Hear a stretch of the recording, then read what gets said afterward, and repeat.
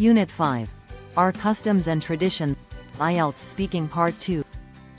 Describe a traditional festival in your country.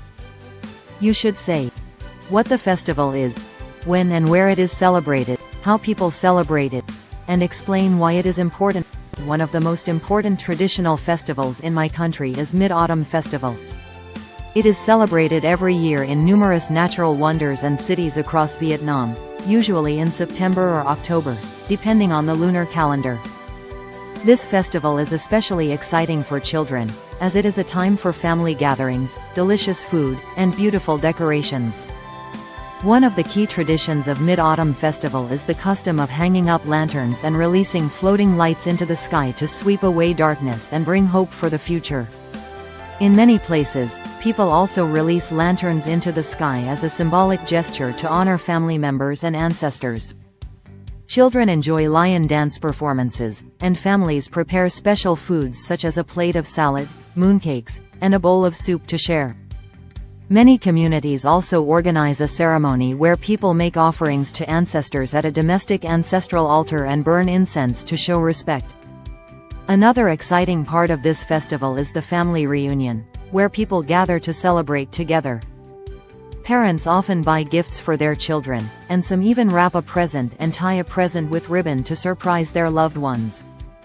It is a time to strengthen family bonds and appreciate time with loved ones. This festival is very meaningful because it helps people maintain a relationship with their cultural heritage. It also teaches children the values of ancestor worship and respect for traditions.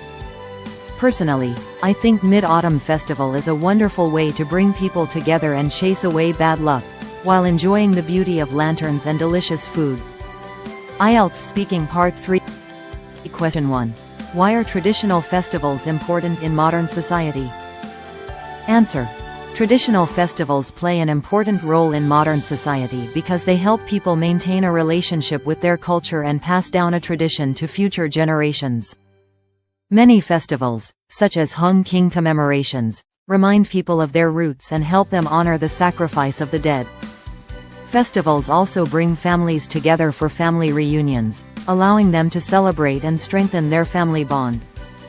On the other hand, in today's fast-paced world, festivals give people a chance to relax and enjoy life while raising awareness about cultural heritage.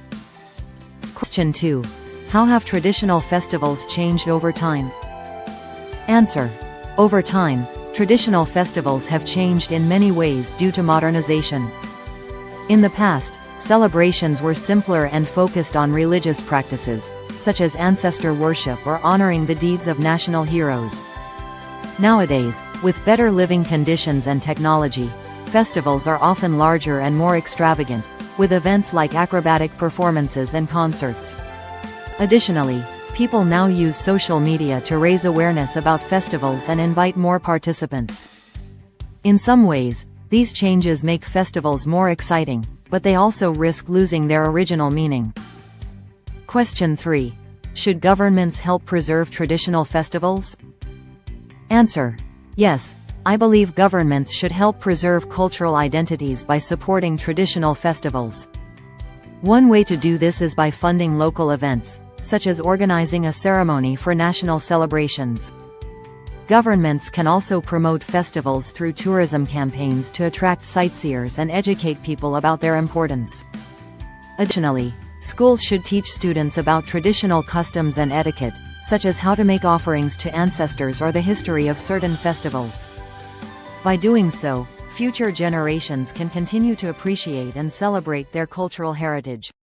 Mai's amazing year of traditions and travel. Mai is a student who loves culture, history, and learning about people around the world. This year, she wrote a newspaper article for her school titled, Celebrations and Wonders Around Us. Tet and Vietnamese Traditions in Vietnam. Mai's favorite holiday is Tet. She helps her family wrap presents, tie them with ribbon, and decorate the house with a kumquat tree. They always have a big feast to reunite families. Mai's grandmother passed down a tradition: take off shoes before entering the house and always be respectful to elders. Dress an elderly person with care, she says. It's an obligation, not just good manners. Her family hangs up lanterns during Mid-Autumn Festival, and they watch a huge crowd of people eat mooncakes and enjoy lion dances. Ceremonies and celebrations. Mai once went to a wedding ceremony in a grand ballroom. The bride, a practicing Buddhist, wore a white gown, and guests sat respectfully on chairs, not on cushions as in some traditional ceremonies. At an award ceremony, Mai saw a respectable man give a speech to students. "It's an honor to receive this," he said. "Let's work hard and show respect." Her uncle teaches martial arts. He trains students in self-defense skills, promotes good health, and helps promote longevity. National holidays. Mai also learned about important national events like Independence Day, Hung King commemorations, and International Workers' Day. These days differ from regular holidays. They're about pride and history. On these days, her family often sits on cushions to eat traditional food using personal chopsticks. "Don't use your chopsticks in the serving dish," her mom reminds her. "That's not polite." Travel and heritage sites. This summer, Mai traveled to Hue Citadel, once a royal palace, and visited my Sun Sanctuary, a religious center of Hinduism, known for its ancient ruins.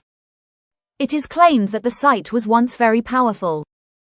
Hue also has many well-preserved buildings and a complex structure of temples and walls. In the past, invaders left the area in ruins, but today it's a source of pride. At a picturesque harbor, Mai took photos. Nearby, she saw numerous natural wonders, from caves to mountains. She climbed to a snow-capped summit that offered astounding views. "This place really astounds me," she said. Modern life and challenges. Back home, Mai's school held a talk about business administration. "If you want to administer a company one day, you must learn to lead and be smart," said the speaker. They also discussed big problems like car fumes, which are a primary reason for pollution, and violence on TV, which affects kids. Her teacher explained that high-tech gadgets are useful, but students shouldn't spend all day on them, especially when on night duty or studying. "Obey the rules at school," she reminded them. Famous stories and lessons.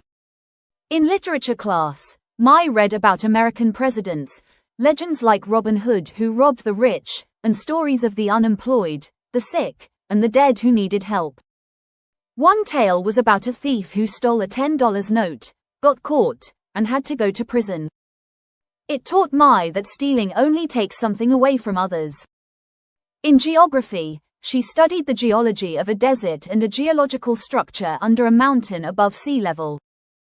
"Learning this helps us understand the land and respect it," she thought. Creating identity. Mai ended her article by saying, "All these places, customs, and holidays create identity. They draw our attention, bring a growing recognition of our past, and connect us." She added, "It's important